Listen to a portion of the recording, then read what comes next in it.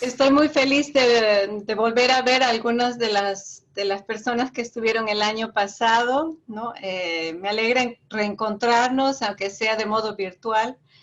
Ya nos reencontraremos de manera física para compartir una comida o un abrazo. A los profetas menores, a los que conocemos según el canon cristiano. Pero la primera pregunta que quisiera que reflexionáramos es cómo estamos acostumbradas a leer los textos proféticos. ¿No? En la introducción del libro que Alejandro Bota nos propone, ¿no? Se nos habla que a veces leemos los profetas, nos hemos acostumbrado a leer los profetas a partir de una mirada cristiana, ¿no? Desde Jesús leemos la vida de los oráculos de los profetas, el mensaje de los profetas. Y hemos dejado de lado un poco el mundo profético en sí mismo, en su propio contexto, ¿no? El valor que tuvo el mensaje en su propio contexto. Y no ponemos mucha atención que ¿no? El cristianismo es una relectura, ¿no? del texto de los profetas que ha venido desde siglos atrás. Y entonces, otra de las maneras en las que acostumbramos a leer los textos de los profetas es como si nos estuvieran hablando de algo futuro, ¿no? Algo que va a venir, algo que se va a realizar en un futuro, cuando la tarea del profeta es su presente, ¿no? Su momento presente, estar conectado, estar en su contexto y desde su contexto, desde esta profunda conexión con Dios, leer las consecuencias inmediatas de las decisiones de sus autoridades, de sus decisiones personales, ¿no? En el pueblo. Entonces es el texto de los profetas, ¿no? A la manera que les invito a leer en estos días, es con estas dos perspectivas, ¿no? Leer al profeta en sí mismo, en su contexto, y leerlo no como algo que está anunciando de lo que va a suceder en un futuro lejano, o refiriéndose necesariamente directamente a Jesús o a Cristo o al tiempo del Nuevo Testamento, sino como una capacidad contemplativa de su presente, ¿no? Y de leer las consecuencias de sus decisiones en su presente. Y la otra característica de la lectura de los profetas es que muchos de sus oráculos, su mensaje, sus acciones, no predican al profeta en sí, predican a Dios. El profeta muchas veces no quiere ser profeta, ¿no? Recibe esta función, este llamado de Dios, y lo que aprendí muy tempranamente en mi formación bíblica es que no hay una vocación de los profetas, ¿no? No es que ellos se forman o hacen cosas para llegar a ser profetas. Es un llamado especial que desarrollan y que responden y que ponen de sí mismo para responder, sí, pero es una misión encomendada por Dios, ¿no? Por el Espíritu. Es un fuego que no pueden dejar de anunciar, sea de palabra o sea de obra. Entonces el profeta es mediador, ¿no? Es como en francés le dicen el porte-parole, ¿no? El que transmite la palabra de Dios, no es alguien que se predica a sí mismo.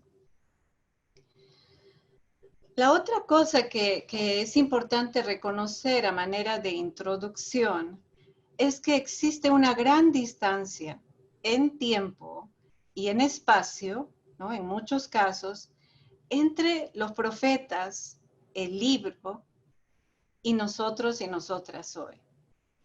Y es importante cuando hacemos una lectura de los profetas, tener en cuenta estas distancias de espacio y de tiempo, ¿no? Los textos que llevan los nombres de los profetas, Amós, Miqueas, Zacarías, no fueron escritos por ellos mismos, ¿no? Son oráculos que han sido recogidos por discípulos, ¿no? por seguidores, y que han sido puestos por escritos mucho más tardíamente, ¿no? por quienes consideraron que sus palabras eran palabras válidas para perpetuar, ¿no? porque habían sido realizados los mensajes, los vieron hecho carne, ¿no? Y entonces decidieron publicar sus oráculos, sus mensajes.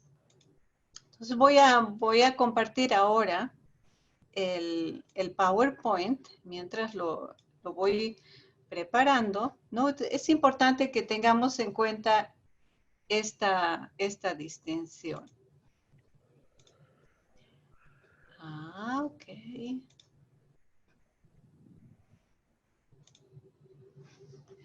Pueden ver el PowerPoint, ¿verdad?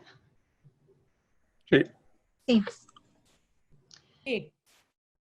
Entonces hay una gran distancia, les decía, ¿no? Entre el profeta, el libro y nosotros y nosotras hoy.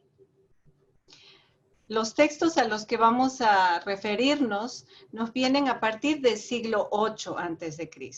Vamos a encontrar a Amós, a Oseas, viviendo en este siglo. Sus escritos, sus oráculos fueron escritos probablemente en el siglo VII, en el siglo VI, y lejos de donde ellos pronunciaron sus oráculos. Ahora, estos primeros textos que fueron escritos probablemente fueron destruidos. No tenemos los escritos de primera mano del siglo V, ni del siglo IV, ni del siglo III. ¿no? Tenemos escritos que nos vienen a partir del siglo II antes de Cristo, ahora con los rollos de Qumran, ¿no? Y en muchos de los casos, textos que nos vienen de la época medieval. Y entonces hay que distinguir esta gran distancia que tenemos entre lo que dijo el profeta directamente, lo que fue interpretado, y después lo que fue escrito, cómo fue releído por otros y por otras, ¿no? En otro tiempo, en el siglo III, en el siglo II, en el siglo I antes de Cristo, ¿no? Hasta que llegó a formar parte de un canon. Cómo fue traducido, ¿no? del lenguaje original en el que fue escrito a otro lenguaje, y a partir de esa traducción, ya una vez que estuvo en el canon, incluso ahí, ¿no? Las traducciones en lenguajes antiguos como el latín, como el sirio, incluso ahí hay toda una interpretación, una nueva reinterpretación de cómo decir esto en otro idioma, ¿no? Entonces, para llegar al mensaje original del profeta hay que hacer todo un viaje, ¿no? de depuración, de estudio constante para llegar al corazón mismo del mensaje en su contexto. Pero esto no nos deja de lado a nosotros que podamos considerar sus palabras como válidas, aún en nuestro propio tiempo. Es verdad que no tenemos nada de primera mano, pero muchos de los momentos o situaciones que vivieron los profetas pueden ser también situaciones que nuestro pueblo experimenta en nuestro propio contexto, con nuestras propias categorías de gobierno, con nuestra propia cosmovisión. Es también importante reconocer que, ¿no? Como les decía, los profetas no escribieron ellos mismos el libro, pero los libros que tenemos como los 12 profetas tampoco son obra de una sola persona, ¿no? Cada libro ha sido independiente. Y ha sido escrito en muchos casos por escribas, por profesionales, y no por el mismo círculo alrededor del profeta, los primeros oyentes, ¿no? Entonces, también es importante reconocer eso cuando estamos leyendo. Y en muchos de los casos, en los oráculos de Amós, de Oseas, lo que tenemos son textos que se refieren al reino del norte, que fueron escritos en el reino del sur. Entonces tiene toda la perspectiva de la interpretación de los del sur acerca de lo que pasó en el norte, ¿no? Y de eso hay que tener bastante cuidado cuando leemos los oráculos. Es una interpretación ya desde, ¿no? de otro pueblo, ¿no? Desde nuestra postura del sur, por ejemplo. La literatura profética, ¿no? No es autorreferencial, ¿no? Ninguno de los profetas se ha publicado los textos de los profetas para hacer famoso al profeta. El profeta ya era famoso y por eso se escribieron sus oráculos, porque el profeta ya había logrado calar con su mensaje en la generación posterior, ¿no? a los hechos. Es que los de esa generación deciden mantener, ¿no? o hacer que este mensaje sea también significativo para las generaciones futuras. La mayoría de los profetas, a quienes conocemos por nombre según los textos, también aparecen en los textos deuteronomistas. Si nosotros leemos el libro de Samuel, más, ¿no? el libro de Reyes, o los textos de Jeremías, vamos a encontrar algunos de los nombres de los profetas que son mencionados, ¿no? Como Amós, ¿no? en estos textos, Miqueas. Entonces, también eran ya personajes conocidos, no es que publicaron su texto para que los conocieran, ¿no? Para que sean famosos. No es el ejemplo que vemos en nuestra realidad. Hoy día, mucha gente publica sus textos para hacerse un camino. Los 12 profetas. Esta distinción la tenemos que también comprender, ¿no? Ya para el siglo II antes de Cristo, en el texto de Sirás y de su eclesiástico, encontramos una referencia a los 12 profetas. Es decir, que incluso antes, ¿no? de que se estableciera un canon judío, ya existía como 12 textos que eran importantes para el pueblo, ¿no? Y a estos textos proféticos importantes los llamaron los 12 profetas. ¿Por qué? Porque el número 12 era importante para el pueblo judío o para el pueblo, ¿no? Antiguo. Habían sido formados como pueblo a partir de 12 patriarcas. Y entonces a partir de este número también, el 12, ¿no? Juntar estos 12 textos significaba muchísimo para la identidad propia, la formación de la identidad propia del pueblo. Entonces, esta es la denominación bíblica, ¿no? Los 12 profetas. En nuestra denominación cristiana, la conocemos como los profetas menores. Esto está en el canon cristiano.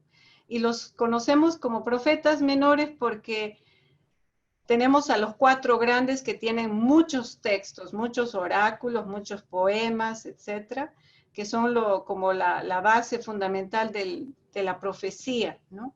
Isaías, Jeremías, Ezequiel, son grandes textos. Entonces, estos son más pequeñitos, por eso les llaman profetas menores.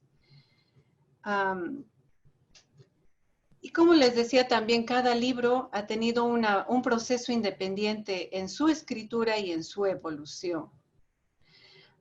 Hay una gran diferencia entre los textos que se escribieron antes del exilio, ¿no? Y algunos de los profetas que vivieron posteriormente al exilio, que probablemente contienen, ¿no? Los textos que tenemos contienen probablemente más cercanamente los oráculos originales de estos profetas.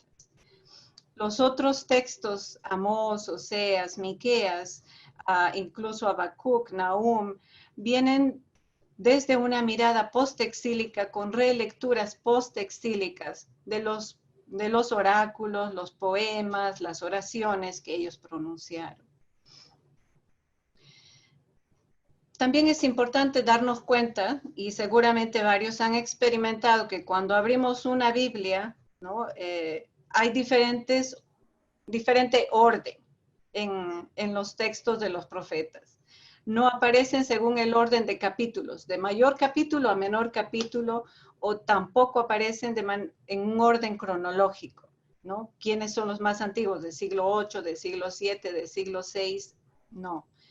La diferencia que vemos, por ejemplo, en el texto masorético, en el texto hebreo, ¿no? Es que hay una intercalación. Este fue el criterio de quienes establecieron el canon judío. Intercalar, ¿no? Entre un profeta del norte y uno del sur. Uno del norte, uno del sur. Y así este es el orden que encontramos en el texto masorético. En el texto de la Septuaginta, que es la traducción al griego del texto hebreo, hay otro criterio de organización. Vamos a encontrar que primero se menciona o aparecen los profetas que se ocupan del reino del norte, que son Oseas, Amós y Miqueas, aunque no son necesariamente del norte, pero se ocupan de lo que sucedió en el norte. Y luego vemos a otros que están entre el norte, el sur y otras naciones, ¿no? Por ejemplo, Joel. Y luego vamos a tener a los que se ocupan de otras naciones específicamente, Abdías, Jonás, Nahum. Y al final ponen a los que se ocupan estrictamente de Jerusalén, Habacuc, Sofonías, Ageo, Zacarías, etc. Entonces, hay criterios, ¿no? Que no necesariamente responden al criterio cronológico en el que vivieron los profetas. Entonces, cuando leemos estos 12 profetas, no están organizados de manera cronológica, sino de acuerdo a la intención de quienes establecieron el canon. Nuestro estudio, y aquí se me coló el inglés, ¿no? Estudio, el Spanglish, ¿no? Nuestro estudio en este tiempo que vamos a tener juntos y juntas se va a hacer siguiendo el criterio cronológico. Aquellos profetas antes del exilio, los profetas del tiempo del exilio y los profetas después del exilio. Quizás vamos a ir en un orden distinto en el que tienen en su Biblia, ¿no? Pero vamos a ubicarlos en su propio contexto. Hasta este punto quiero preguntarles, ¿hay alguna duda? ¿Hay alguna cosa que no está muy clara antes de que avancemos?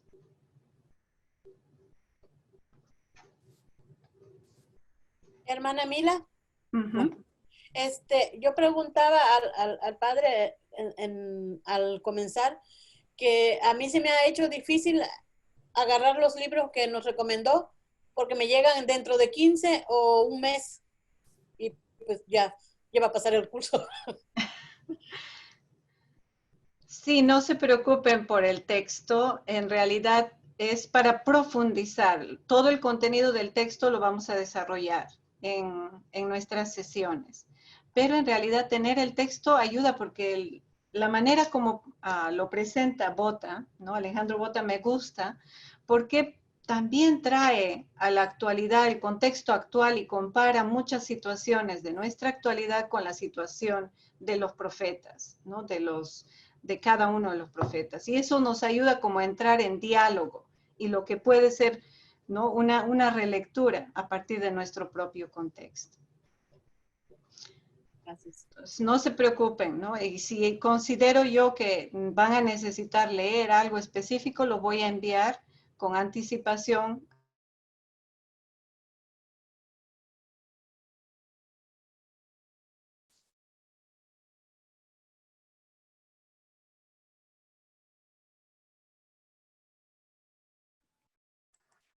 Se fue. Mila, ¿nos escuchas? Mila. Se nos fue. Se nos fue. Ya. Exacto. Ya se descongeló. Bueno, aquí la tengo todavía, está aquí, pero como que tiene mala recepción. ¿Quién, yo? Sí, Mila, ahora sí. Se te interrumpió la voz, ya. Te dejo. ¿Sí me escuchaste, Martita? Muy bien. Sí, gracias. Entonces les preguntaba que si estamos listos para continuar en el la siguiente sección. Muy bien. Si hay alguna pregunta que viene en el chat, porque yo no puedo entrar al chat, por favor me hace saber Arturo o ¿no? Alguno de ustedes. Gracias. Entonces, para entrar en el siglo VIII, vamos a entrar en el siglo VIII antes de Cristo. Y vamos a ir luego decreciendo, porque es así como estudiamos el antiguo, ¿no? Antes del tiempo de Jesús. 9, 8, 7, 6, 5, 4, etc. ¿No? Es importante situarnos dónde estamos, dónde ocurrieron los hechos. En el siglo VIII vamos a encontrar dos territorios que son importantes. Israel, que es el reino del norte que tiene todo el borde de color amarillo, y el reino del sur, ¿no? Que tiene el borde de color verde. La capital del reino del norte, que están en un tiempo de monarquía, tienen a un rey. La capital es Samaria en este tiempo. La capital del reino del sur es Jerusalén en este tiempo. Como ustedes pueden ver, hay algunas ciudades como Gaza, Ascalón, Asdod, Tiro, que nunca pertenecieron ni a Israel ni a Judá, ¿no? Estos son como los pueblos que les llamaban los pueblos filisteos. Y pues los reyes de Judá y los reyes de Israel nunca lograron realmente conquistar. Siempre estuvieron en conflicto con ellos porque estos pequeños reinos, pequeñas ciudades que formaron todo un pueblo, ¿no? Fuerte, conocían bien las artes de dominar el mar y la guerra, etc. Entonces tenían contacto con el exterior y siempre lograron repeler las fuerzas que venían desde las montañas, ¿no? También es importante reconocer dónde está Siria. Está hacia el norte, ¿no? Siria va a formar va a tener un papel importante en el siglo VIII para Israel. Como podemos ver, Israel era más grande que el reino de Judá. El reino de Judá siempre fue pequeñito. Y sin embargo, todos los textos se escribieron en Judá.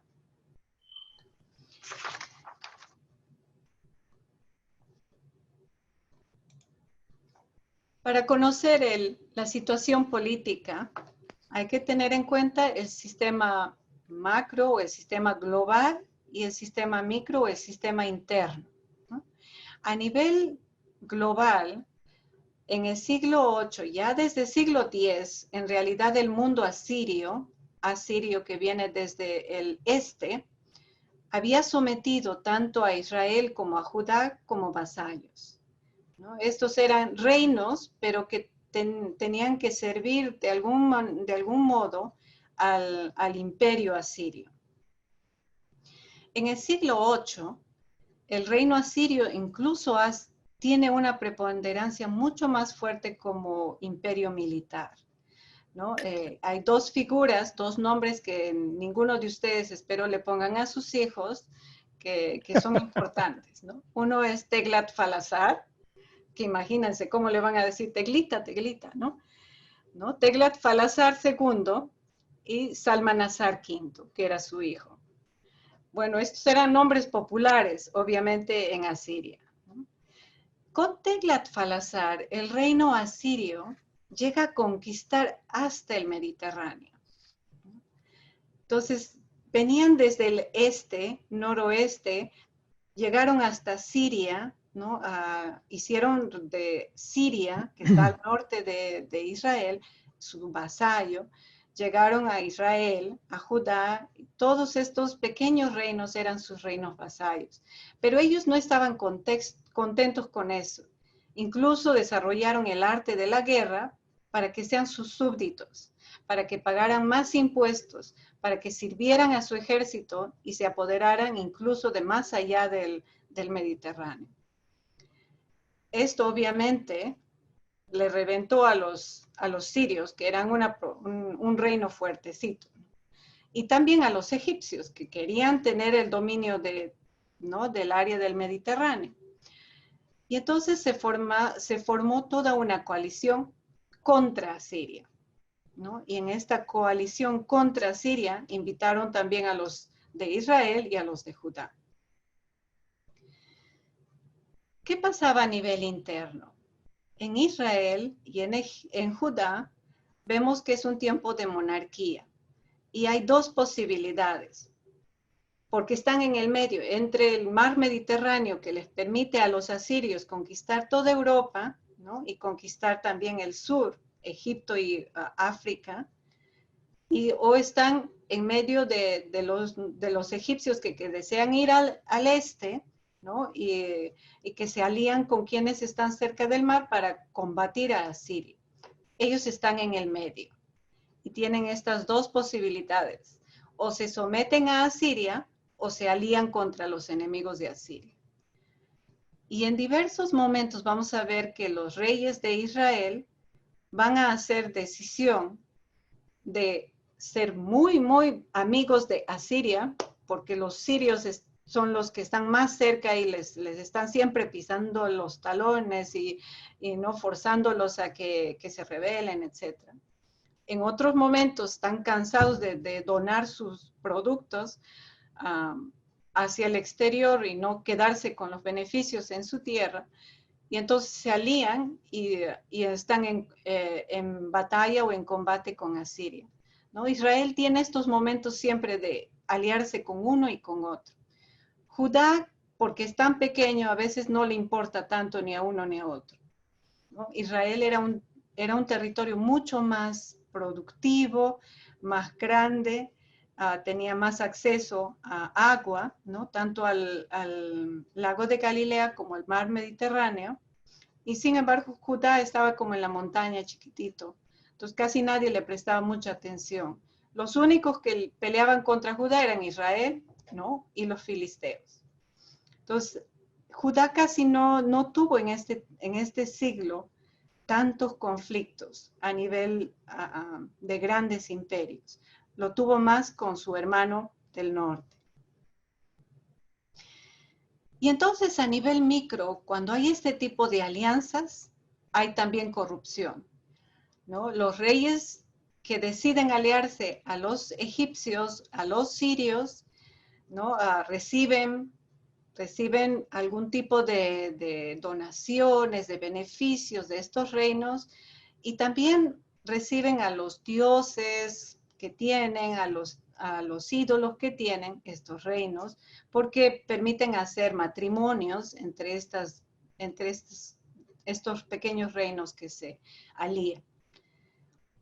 O si se van con Asiria, aceptan traer algunas de las costumbres del mundo asirio y entonces se van corrompiendo. Tanto el sacerdocio como a la clase política se corrompe, ¿no? Y esto va a verse desde el tiempo de Jeroboam, ¿no? Jeroboam II, hasta el periodo de Oseas, ¿no? El rey Oseas, que es con quien termina el reino del norte. Entonces estos dos nombres son importantes, ¿no? Jeroboam, que es el último de los de la dinastía de Jehú, ¿no? Que eran los que tuvieron el tiempo más floreciente en el reino del norte, y Oseas, con el que terminó el tiempo del reinado del norte. Entonces, la coalición anti-asiria no es algo nuevo, no es algo que surgió en el siglo VIII. Esta coalición surgió ya desde el siglo IX, porque en el siglo X los asirios habían invadido todos estos pequeños reinos, y entonces en el siglo IX estos pequeños reinos deciden irse en contra de Asiria.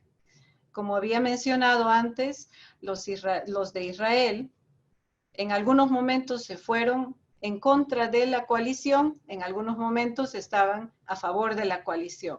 Entraban y salían de acuerdo a cómo iba su economía, de acuerdo a la corrupción de sus políticos, ¿no? Judá, no hay mucha claridad, casi no hay muchos escritos sobre la importancia de Judá en este conflicto, ¿no? De la coalición anti-asiria. Pero en los primeros años de Teglat-Phalazar III, nuestro amigo, hay ataques mucho más fuertes a los reinos arameos, ¿no? A los reinos de Siria, a otros reinos que están en Hamad, a los del norte. Y esto les lleva a estos pequeños reinos a reorganizar la coalición. Y cuando Pekah, ¿no?, es gobernante de Israel, él también decide unirse a la coalición. Egipto también, ¿no? Egipto ve que si estos pequeños reinos se están uniendo, bueno, es su oportunidad para hacerse con toda la franja del Mediterráneo, y entonces le entra a la coalición. Moab, Edom, Amón deciden no entrar. Y estos tres pequeños reinos son los que están más allá del río Jordán, ¿no?, que son vecinos a Judá y vecinos a Israel. Y lo que hace Israel es ataca a Amón, ¿no?, y le gana a Amón, los destruye como pequeña nación, y así se gana un lugar en la coalición y empieza todo el respeto para Israel, ¿no? Pero también le ocasiona que Tiglat-Falesar se haga más centrado, se enfoque en esta coalición, y ahí sí le viene con todo. Cuando Pekah ve que ya está viniendo a Siria otra vez con toda su fuerza, bueno, a los pocos años de vida que tiene, decide continuar con la coalición, pero el rey Oseas, que lo va a seguir en el reinado, decide salirse de la coalición, ¿no?, para que no le llegue el ataque de Tiglat-Falesar. Cuando Tiglat-Falesar llega a esta parte cercana al Mediterráneo, Damasco es destruida, Tiro es destruida, Egipto también es regresado hacia el sur, ¿no? Entonces se va desintegrando la coalición. E Israel permanece por pocos años como muy sometido, pero después va a decidir de nuevo entrar en acuerdo con Siria, y también va a ser destruido. Hay un evento que es muy recordado en Isaías y que también va a ser importante en Oseas y en algunos otros profetas, ¿no?, cuando leemos esta guerra siro-efraimita. Siro-efraimita nos viene de la unión entre Siria, ¿no?, Damasco, y Efraín, que es el último reino fronterizo del reino del norte. Entonces es la alianza entre Siria e Israel en contra de Judá, porque Judá no se decide a entrar a la coalición. Como el reino de Judá no quiere entrar en esta coalición, estos dos reinos del norte le declaran la guerra a Judá. En lugar de agarrársela con los asirios directamente, se agarran con el chiquito, ¿no? Y entonces empieza la guerra, la hostilidad, el constante asedio a Judá. Pero también este chiquito reino, pues, no quiere quedarse atrás, y entonces llama a Tiglat-Falesar y le dice, ayúdame, ¿no? Y como siempre, llega el grande para proteger a la hormiga, y termina con los de la coalición, ¿no? Pero además, ya cuando Tiglat-Falesar III muere, Salmanasar también quiere entrar, ¿no?, al reino del sur y hacer una provincia a Siria, al reino del sur. Pero bueno, todo este periodo de enfrentamiento entre el norte y el sur es lo que se llama la guerra siro-efraimita. Y cuando leemos los oráculos de Amós y de Oseas, que están escritos en el sur, vamos a ver que los del sur van a interpretar todo este tiempo de ataque siro-efraimita como el tiempo en el que, pues, ellos se han alejado de Dios y se merecen lo que les ha pasado, ¿no? Es el que hayan terminado con Samaria, el que hayan terminado con Damasco, se lo merecen porque se han ido con otros dioses, que son los dioses de los filisteos, los dioses de los sirios, los dioses de Egipto, ¿no? Y entonces han desobedecido al Dios verdadero, a Yahvé. Entonces, todos estos oráculos hay que entenderlos dentro del contexto político. la destrucción de Samaria fue un evento muy grande. A veces, cuando hablamos del exilio, ¿no? Nos acordamos del exilio solamente babilónico, pero el reino del norte también sufrió un exilio, ¿no?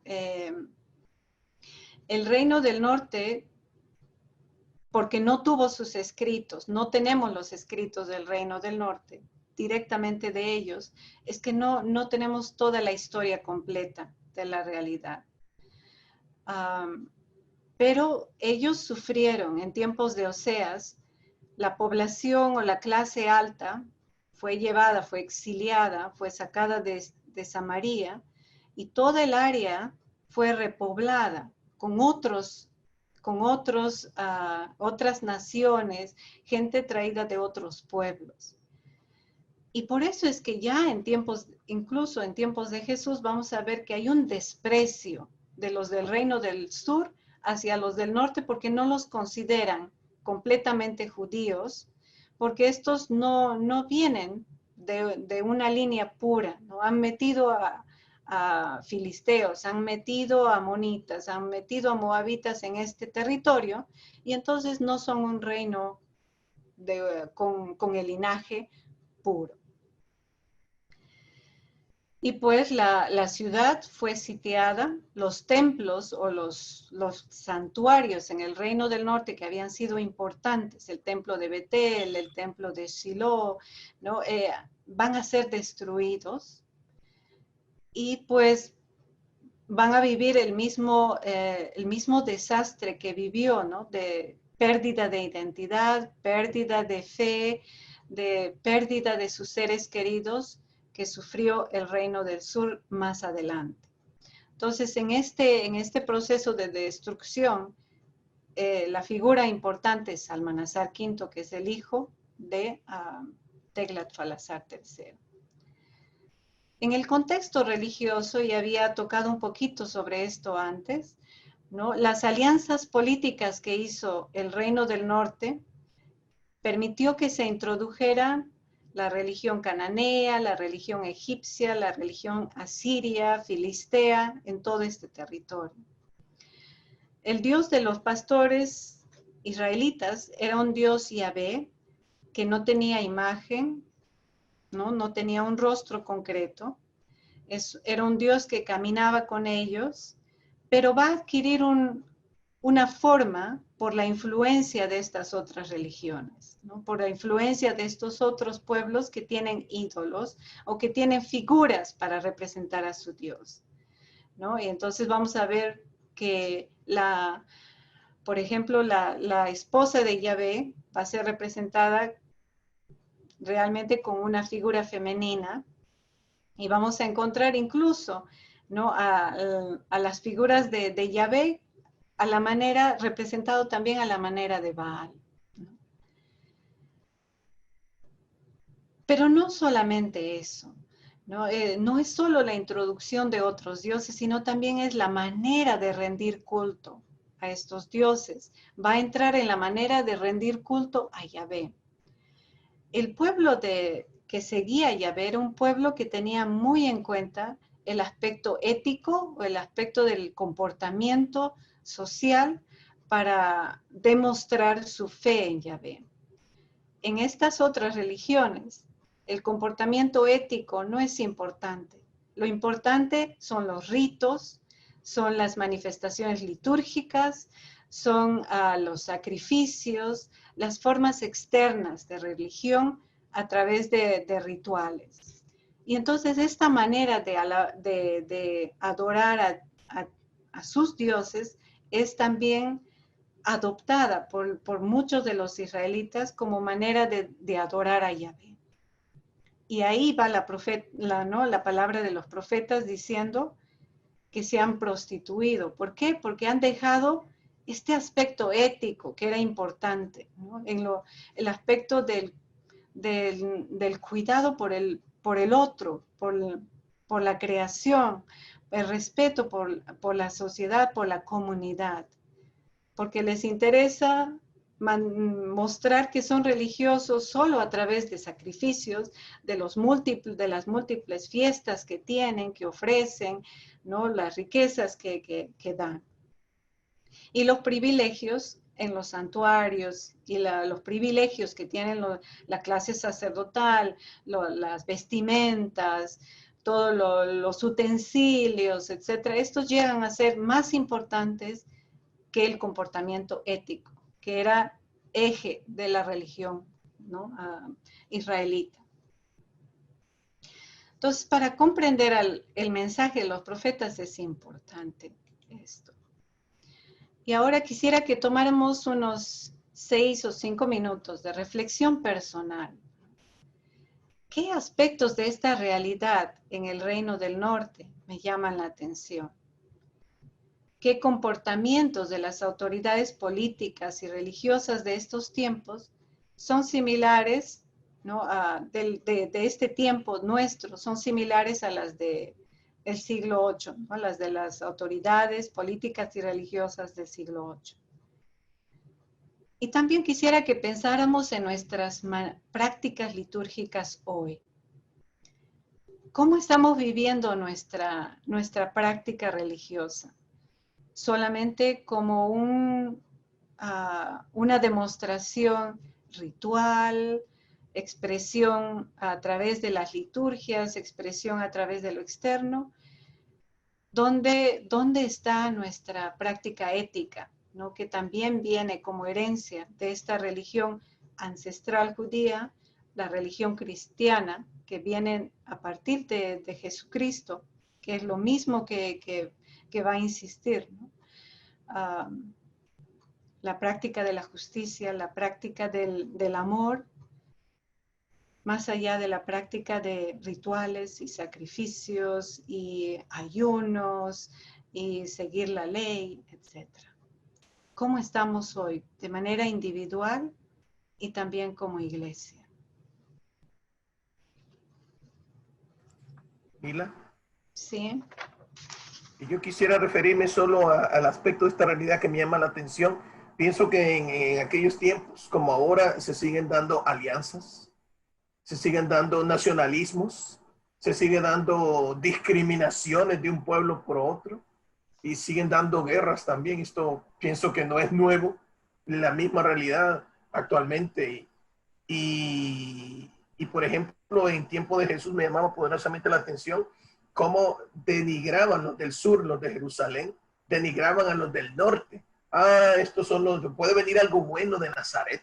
Y él viene de esto, de este recuerdo, de este pasado. Eso me llama poderosamente la atención, que lo pude ver, pero la realidad que estamos viviendo hoy es prácticamente lo mismo con esta situación. Un poco más complicado aquí por pequeños reinos, pero anexiones, revoluciones, alianzas, pactos europeos, uno que se quiere salir, otro que quiere entrar, no lo dejan entrar, cuestiones de discriminación. Pienso que es prácticamente lo mismo y hasta más aumentado y mejorado, podríamos decir. Gracias. Gracias, Fernando. Hermana Mila, ¿Sí? soy Marco. Uh-huh. Lo que yo veo es que a través del tiempo las realidades y los comportamientos humanos se repiten. Nuestra gente, cuando está necesitada, me refiero al género humano, cuando está necesitada, cuando está en situaciones muy vulnerables, su tendencia es buscar una respuesta. ¿Por qué me sucede esto? ¿O por qué estamos pasando por esto? Y si tiene una tradición religiosa y hay alguien que les ofrece otra perspectiva diferente, esa es la tendencia, y esto lo vemos en nuestra América Latina ahora con toda esta incursión de sectas. Nuestra gente busca respuestas a sus situaciones dolorosas por las que está viviendo. Y entonces, obviamente, va a haber alguien que por alguna razón les va a ofrecer algo confuso, algo no muy práctico, pero de manera se van a sentir identificados. Y estoy pensando en, por ejemplo, en México, en Argentina y en algunos otros lugares, la devoción a la Santa Muerte. Y van a desarrollar una serie de mitos y de rituales y de creencias. Y en cierta manera esto lo van a hacer para justificarse sus actitudes y comportamientos. Y es así como yo veo el porqué de la gente, de cierta manera, que nace, crece en una iglesia católica, por así decir, pero llega un momento en que no encuentra una respuesta o dice, toda mi vida he practicado esta religión y simplemente mi vida no ha cambiado y voy a tratar algo diferente.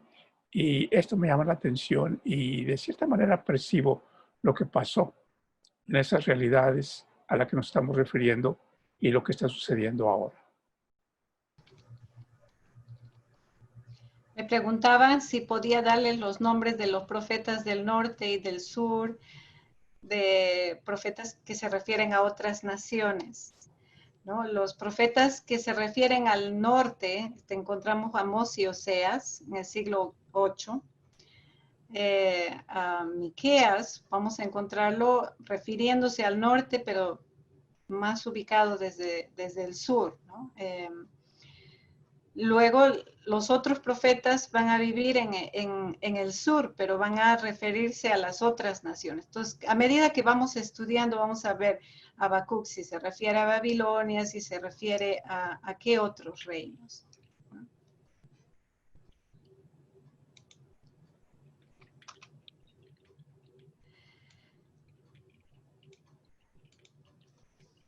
¿Quiénes serán los Teglat-Falazar de hoy?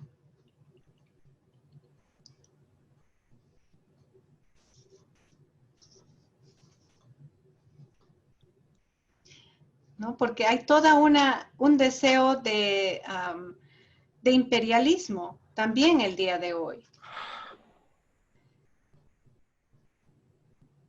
¿Hay alguno que puede reconocer a alguna persona o alguna organización o una institución en la figura de Teglat-Falazar? Pues yo creo que el Teglat-Falazar hoy en día pues son todos nuestros sistemas como el capitalismo, el imperialismo, el hecho también incluso de nuestra propia iglesia, la área conservadora, todas estas cosas que a veces en vez de ayudar se divide y también de una otra forma van causando estragos en cada uno de nosotros, ¿no? También las transnacionales son una manera propia de ser las Teglat-Falazar actualmente, las transnacionales que se aprovechan y que están por todos lados y expoliando los bienes, las mineras, todo este tipo de transnacionales que entran a los países y son voraces de una u otra manera.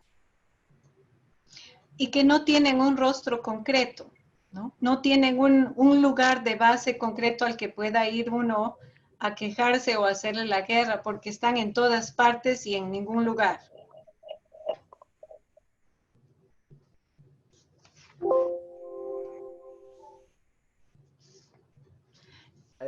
Alguien dice, ¿algún presidente? ¿Algún Hermana nombre de Mila, presidente? también muchas veces hablamos de a nivel de políticos y cosas por el estilo, pero también hay otras que ahorita también hacen su propia dictadura. Uh-huh. Y es el caso que muchas veces no nos ponemos a pensar, pero todo el sistema de las empresas que tienen que ver con computación y, por ejemplo, de las redes sociales.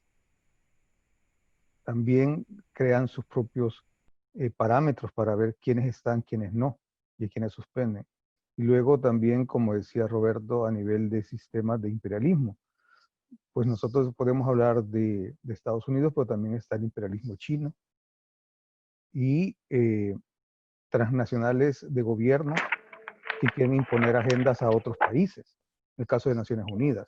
O sea que el tema es bastante de analizarlo bien profundamente actualmente. Nos podemos ver que lo que decía el padre Fernando también, las grandes empresas transnacionales que ponen condicionantes a gobiernos pequeños, especialmente de América Latina y África.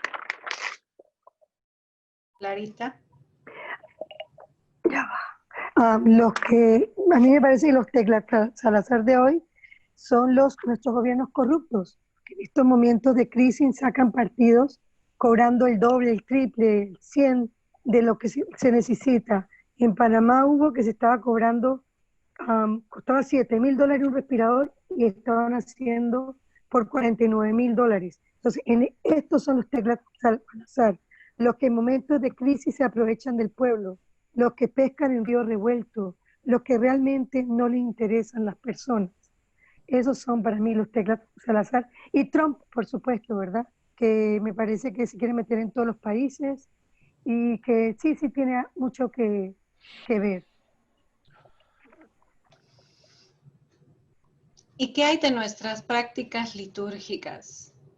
¿Qué hay de nuestra propia práctica ritual, de nuestra propia expresión religiosa en la iglesia?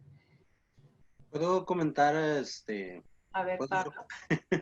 Ok, de hecho yo me gustaría comentar un poquito en las 3 preguntas, aunque sea bien rápido, porque de los aspectos que me llaman la atención de esta realidad, bueno, básicamente de la que vivían en aquel entonces y de la que vivimos hoy en mismo pues se podrían decir que es lo mismo, no ha cambiado nada, o sea, simplemente sigue siendo la misma situación.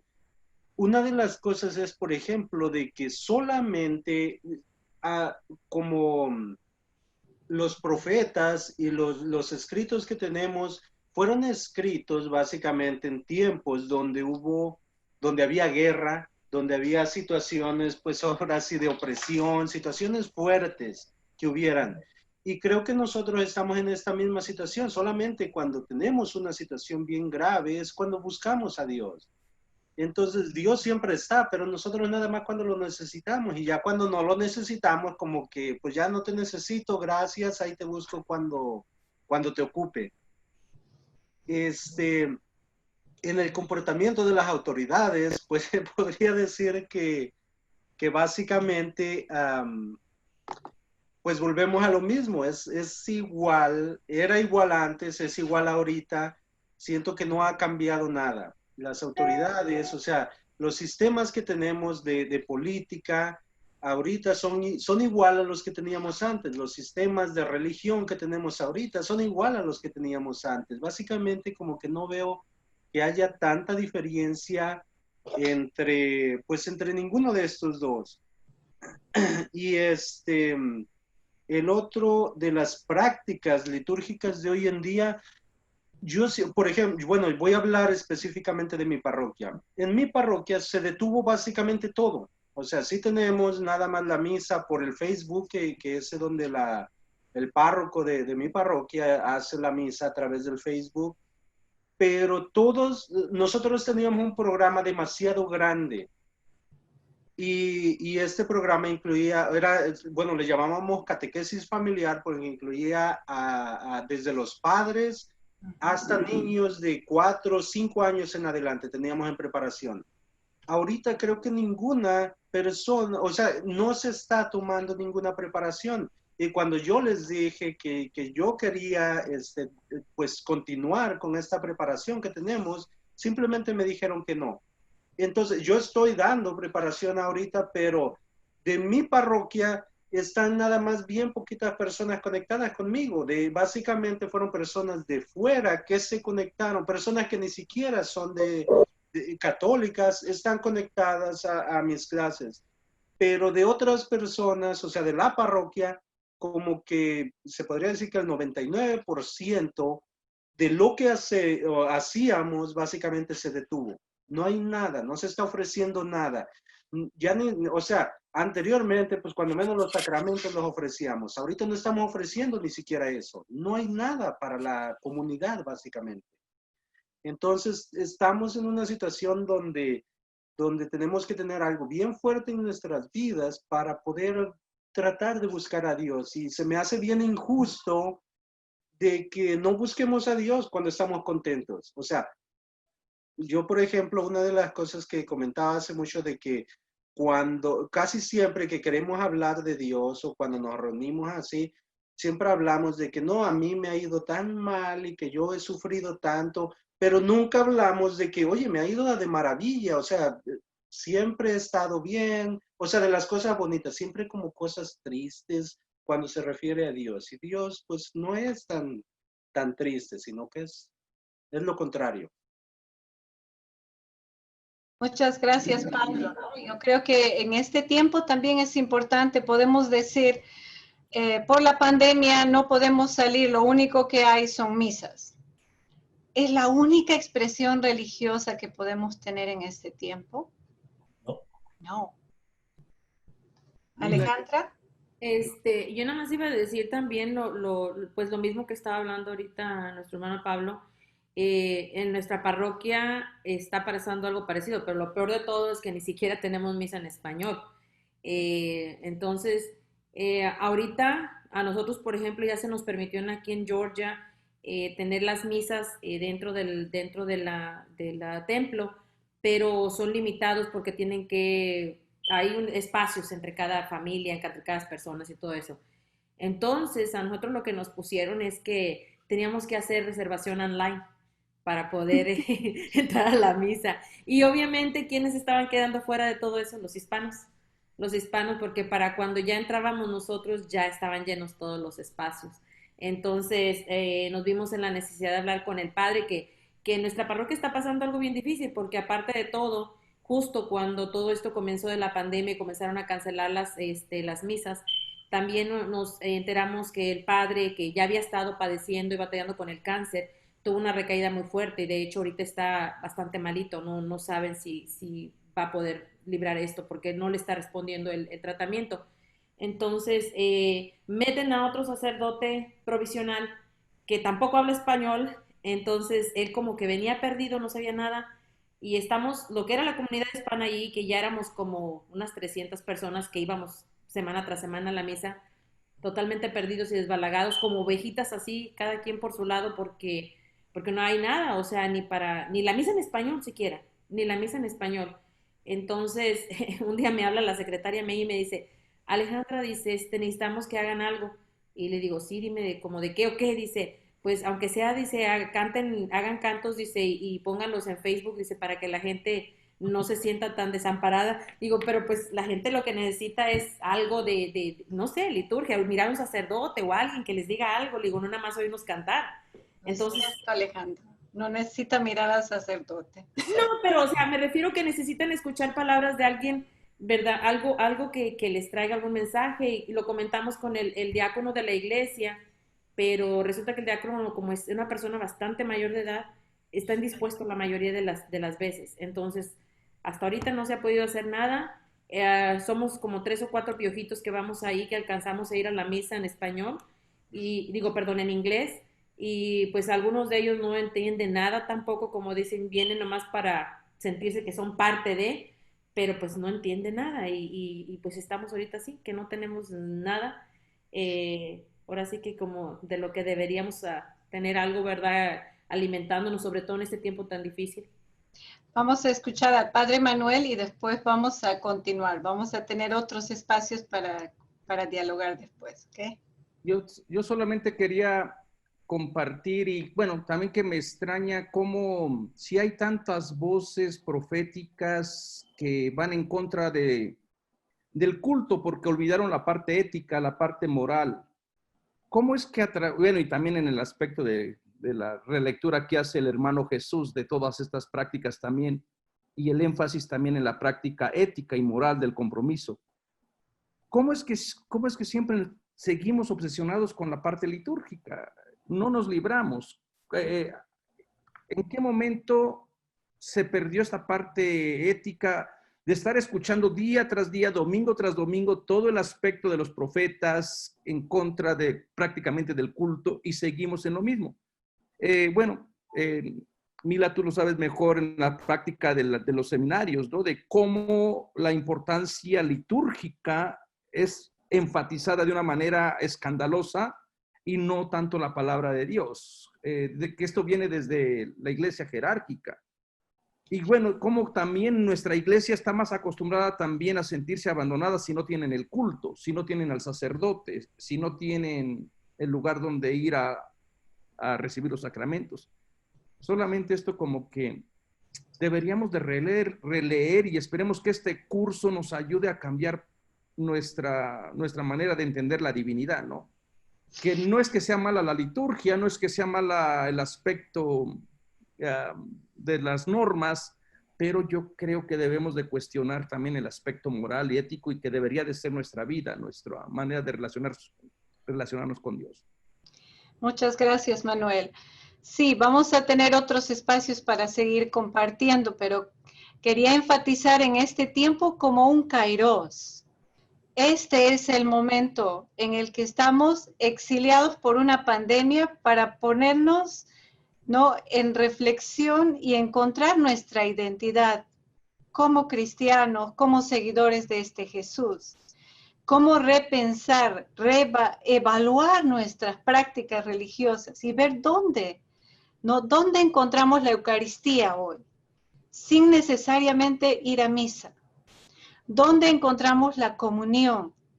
¿No? ¿Dónde encontramos comunidad? ¿Dónde encontramos el amor de Dios, el reino de Dios, sin necesariamente tener estos espacios de culto, de liturgia en conjunto? ¿Cómo hacer de nuestras comidas de cada día, ¿no?, sentados con aquellos que nos peleamos, nos quitamos el control remoto, con aquellos que nos tienen, pero ya hasta aquí, ¿no?, hasta la frente porque los tenemos que aguantar todos los días? ¿Cómo celebramos la Eucaristía cuando nos sentamos juntos en la mesa? ¿No? Estos espacios, este momento, es un momento importante para nuestra iglesia. Es un momento de verdad que tenemos que aprovecharlo como kairos, porque se nos plantea, ¿no?, como momento de repensar cuáles han sido nuestras prácticas religiosas, cuáles han sido nuestras manifestaciones religiosas, y cómo yo sigo siendo una persona cristiana, una persona católica, una persona de misión, ¿no?, más allá de lo que he venido haciendo, ¿no? ¿Cómo soy todavía apostólica, estando encerrada físicamente en una casa, en un departamento, en mi cuarto, ¿no?, cuando lo único que me encuentro con movimiento, o sea, de aquí al baño, a la sala, al comedor y ya está, ¿no? Pero cómo ser realmente pastorales en este tiempo, cómo ser realmente cristianos, prójimos para el otro en este tiempo. Este es el kairos, ¿no?, el momento en el que también, ¿no?, estamos exiliados por esta pandemia de lo que había sido nuestra vida, ¿no?, nuestra práctica litúrgica, nuestro ir a misa todos los domingos o incluso para algunos todos los días, y ahora cómo encontrar, ¿no?, nuestra identidad, nuestro esencial, ¿no?, lo esencial ahí en nuestro mundo. Pero bueno, vamos a empezar con el primer profeta, ¿no? Y el primer profeta en el que vamos a profundizar es Amós. Y hay un símbolo que representa a Amós, porque él lo va a repetir varias veces, y es el de un león. En un tiempo de prosperidad agrícola, en un tiempo de alianzas entre reinos y que todavía los reyes siguen, ¿no?, en la corte, las familias siguen en la corte, tienen económicamente una situación estable, en los que hay diferencias sociales abismales, ¿no?, porque los del campo son los que ahí le dan duro al trabajo y para pagar los tributos de Asiria o para alimentar a los reyes, alimentar a la familia sacerdotal, alimentar a la clase noble, etc. Ahí está Amós y aparece como un león. Y lo que hace un león es ruge en nombre de Dios, ¿no? Y en nombre de Dios va a lanzar estos oráculos que son bien directos, poderosos, fuertes. Y por gracia de Dios fueron recogidos por los del sur, ¿no? Fueron transcritos para que para que sirvieran para las generaciones futuras, ¿no? Para que sirvieran de memoria, para que no se repitan los mismos errores. Y cuando pensaba en Amós y estas palabras que él presenta como el rugido de un león, Dios mismo que viene como un león a decir tu palabra, pensaba en las personas actuales y las palabras duras, ¿no? De algunas personas actuales que nos pueden recordar este mensaje de Amós. Y se me vino a la memoria la figura de Greta, ¿no? Greta Thunberg. Y las palabras que ella pronunció, más allá de lo que es una niña blanca, es una niña rica, etc., las palabras que ella pronunció en la Organización de Naciones Unidas para representantes de países, ¿no? De los gobernantes, son como estas palabras de Amós en nuestro tiempo, ¿no? Y quisiera que los recordáramos. Voy a compartirlo. Un momentito.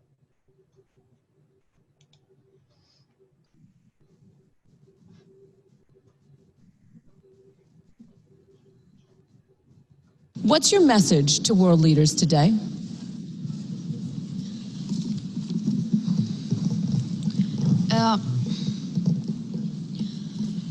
My message is that we'll be watching you.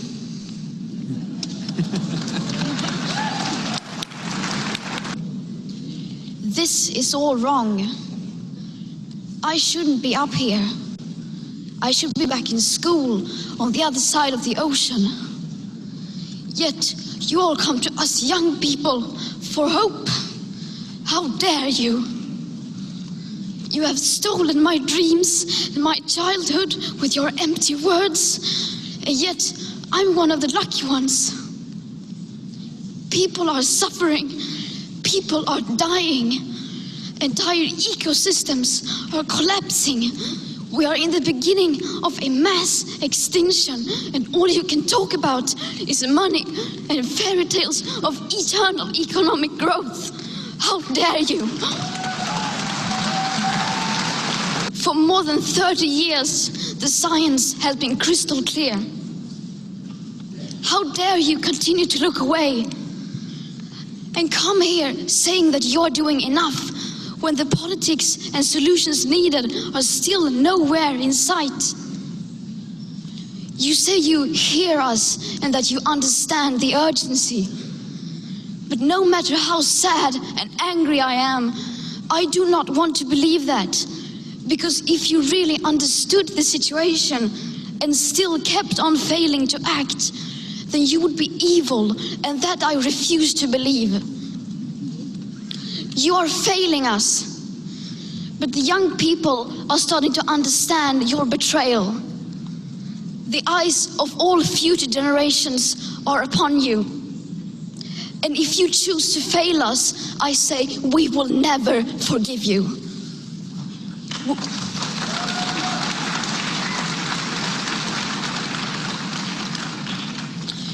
We will not let you get away with this. Right here, right now, is where we draw the line. The world is waking up, and change is coming whether you like it or not. Thank you.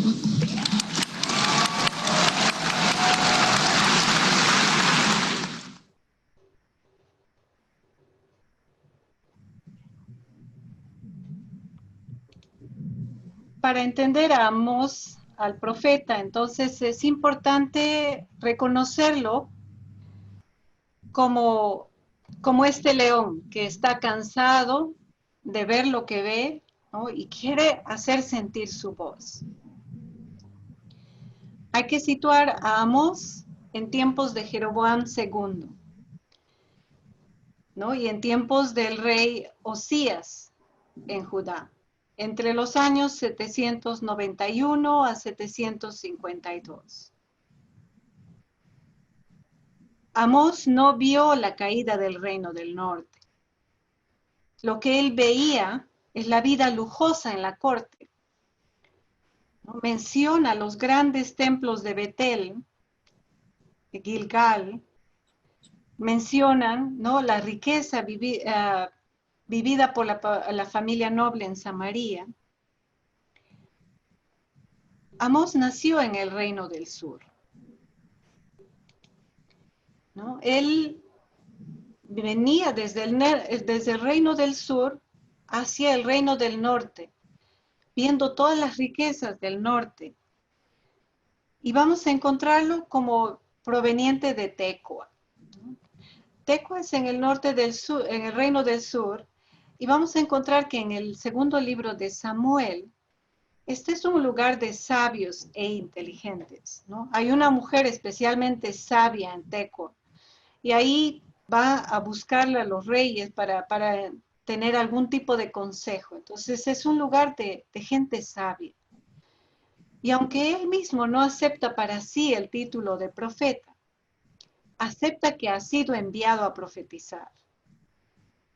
Porque incluso en muchas de sus palabras, lo que vamos a encontrar es que incluso los profetas se han pervertido.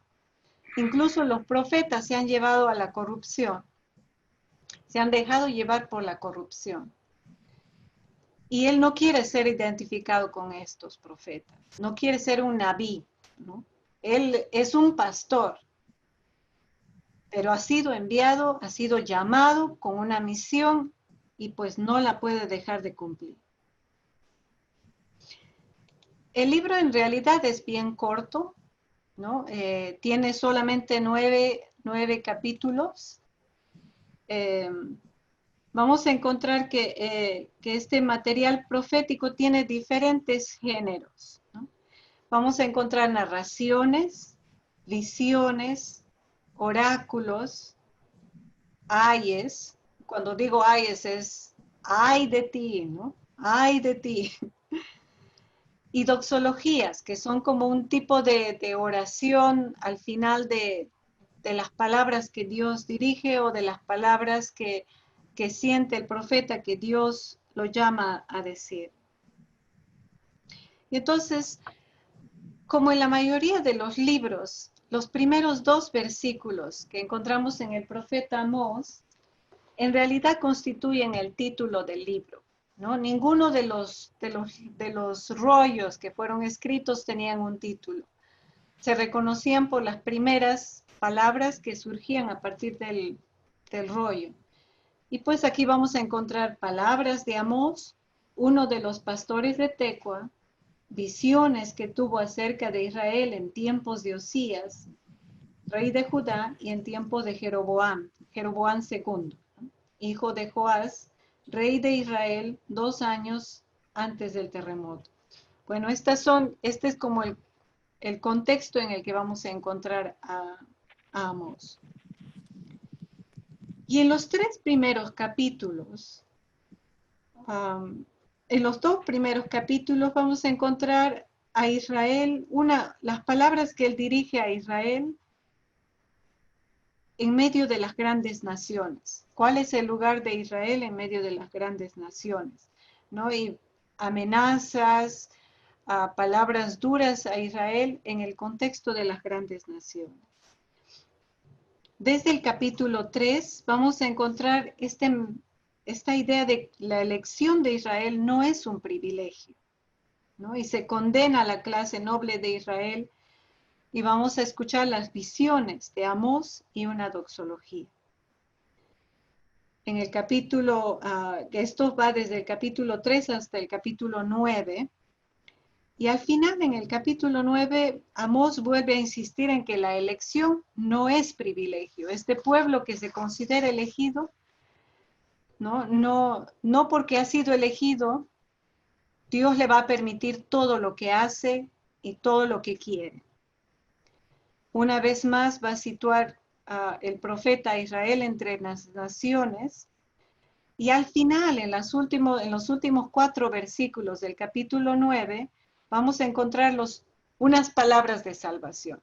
En realidad, las palabras de Amós son en su mayoría de reproche, de advertencia, de llamada de atención, de condena. ¿Por qué? Porque el contexto lo necesitaba. En un momento de riqueza agrícola, en un momento de estabilidad económica para la clase alta, estas palabras son las que necesitaba, ¿no? para convertirse. Y estas son las palabras que el profeta va a dirigir. Y entonces en esta media hora que nos queda, les pediría que leamos, ¿no? Que en grupos de 2 podamos elegir un oráculo entre el capítulo 1, versículo 3 hasta el 2, 16. Cualquiera de los oráculos pequeñitos, sea dirigido a Damasco, sea dirigido a Gaza y Filistea, o sea dirigido a Tiro y Fenicia, uno solo. Identifiquen a quién se dirige, cómo empieza Amós su oráculo y cómo termina. ¿Cuál es el pecado o los pecados que Amós condena? ¿Cómo se relaciona este oráculo con el contexto en el que vivía el profeta? ¿No? Elijan con quién trabajar. Yo sé que algunos de ustedes ya tienen conexión, sea por WhatsApp o por email, ¿no?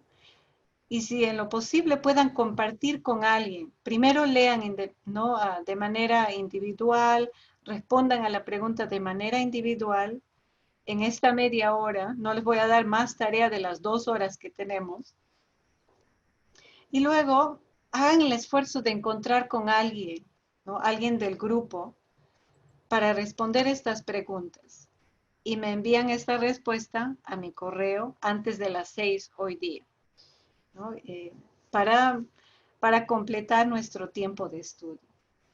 Entonces, motivados por esta realidad, las palabras de Greta en realidad son muy actuales para este tiempo en el que estamos explotando de manera tan exagerada nuestra tierra y nos estamos condenando a nosotros mismos a la muerte. Son palabras muy parecidas a las de Amós, a los de su propio tiempo. Ellos mismos estaban declarando la guerra a su propia nación, a su propio pueblo. Están matando a su propia gente, ¿no? Pero para comprenderme de manera más detallada, les invito a que hagamos este ejercicio.